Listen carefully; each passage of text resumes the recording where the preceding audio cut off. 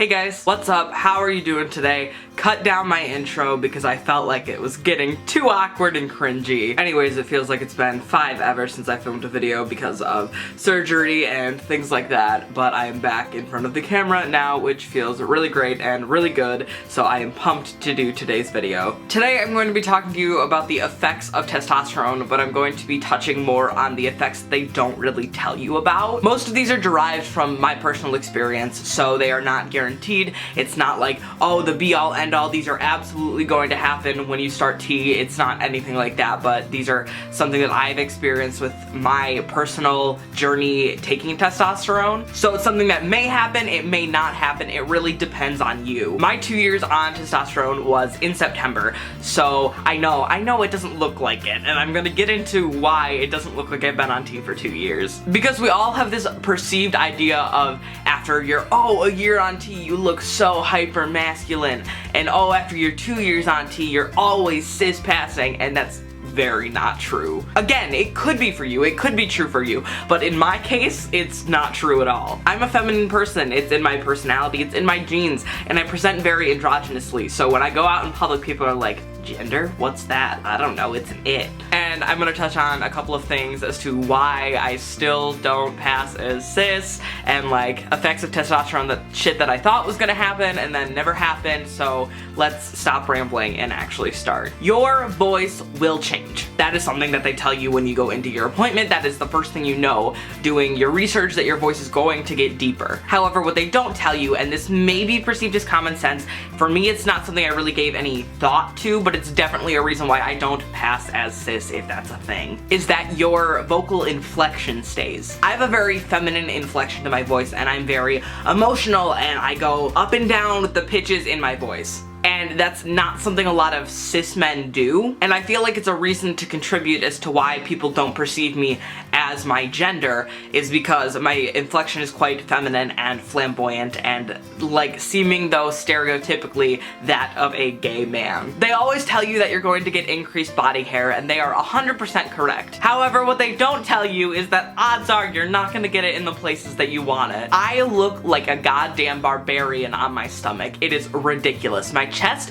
No, not at all. My stomach is so freaking hairy. But then you look at my face and you're like, oh, I have this, I'm doing No Shave November, so don't judge me, but I have this really like splotchy, like I can pull on it, this stubble, but it doesn't grow in fully. And I've been on testosterone for 2 years and I can't grow decent facial hair. I'm just barely getting sideburns, and you can't even see them like in the viewfinder of the camera. Like you cannot see my facial hair, even though it's there, and it doesn't grow in properly. And then it's gonna grow all weird on your legs, like if you've been growing out your hair on your legs like before you got on T, it's gonna be weird, and like they don't tell you that when you go in for your appointment to start T. They do tell you a lot that over time your body structure will change. However, in my case, what that meant was that I gained 100 pounds. Now, part of that was due to the mental illness that I was dealing with at the time. Part of that was due to my overeating a little bit, not excessively, but I literally gained 100 pounds after I started testosterone. Now, that's fine. I like being fat. I enjoy being big. That's fine and good, but I'm way curvier than I was before, which is definitely something that contributes to me not being perceived as my gender when I'm out in public. They see an hourglass figure, whether I'm fat or not, and they immediately associate that with the female gender. Like when I got on T, I was expecting, oh, my hips are gonna slim down, my shoulders might get a little bit broader. No, that didn't happen. And it might for you. Again, this is my personal experience, but it didn't happen with me, and I was a little bit disappointed. And with them informing you of all these good changes, you could kind of assume that you would pass, you know how I feel about that word, but this is the word that I'm using, in public more than you would when you were pre-T. However, in my case, I pass less. Like, I never pass in public anymore. Like, it's so bad. I will go out to eat, and it honestly doesn't affect me. Like, I'm over it. Like, I don't fucking care what people perceive my gender as anymore. Like, I know my gender. That's good. As long as my friends and family respect that, that's really all I need in my life. But, like, we'll go out to eat, and they'll be like, I'll be with my mom, and they'll be like, hey, you ladies want a table? How you girls doing tonight? And I'm just like, this feels great. Also, they do not tell you how fucked up your mood and your emotions are gonna get, because you assume that like the mood and emotions and mood swings and everything like that goes hand in hand with estrogen. However, everything like that is going to shift and change, and it's gonna fuck with your emotions when you start on tea. So like when I got on tea, I was fine for a couple months, and then my depression just got so bad. It got better, and I'm able to like cope and deal with it now, but it was such a drastic change, and it was not something that I was expecting. So I have that in the back of your head that if you do have issues with that, maybe prepare yourself a little bit for something like that, because it probably will happen, and it really sucks to not expect that. And I think that's all I really have about, like, let me see, I've got my notebook here of my points because I'm a loser and I plan things. That's all I really have of the effects of testosterone, or lack thereof.